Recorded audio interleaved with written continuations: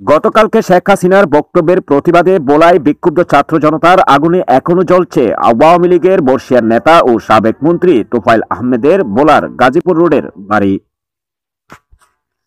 গতকাল রাত 12টার পরে এই আগুন দেয় বলে জানায় বিক্ষুব্ধ ছাত্র জনতা। গত 5 আগস্ট ফ্যাসিস্ট স্বৈরাচার হাসিনা সরকার পালানোর পরে গতকাল ভারতে বসে একটু উস্কানিমূলক বক্তব্য দেওয়ার প্রতিবাদে সারা বাংলাদেশে ছাত্র জনতা বুলডোজার কর্মসূচি পালন করে। ভোলার বিক্ষুব্ধ ছাত্র জনতা জানায় এই সাবেক মন্ত্রী আওয়ামী লীগের উপদেষ্টা তোফায়েল আহমেদের ভোলার বাড়িতে আগুন দেয় তারা। রাত শেষ হয়ে সকাল হলেও এখনো জ্বলছে আগুন। এই বাড়িটি দেখতে আসছেন ভোলার হাজার হাজার মানুষ এবং তাদের ক্ষোভ প্রকাশ করছেন। এই বাড়ি থেকে নিয়ন্ত্রণ হয়েছে এই 16 বছরের ভোলার রাজনৈতিক সকল কর্মকাণ্ড। হাজার হাজার কোটি টাকা অবৈধ লেনদেন হতো এই বাড়ি থেকে।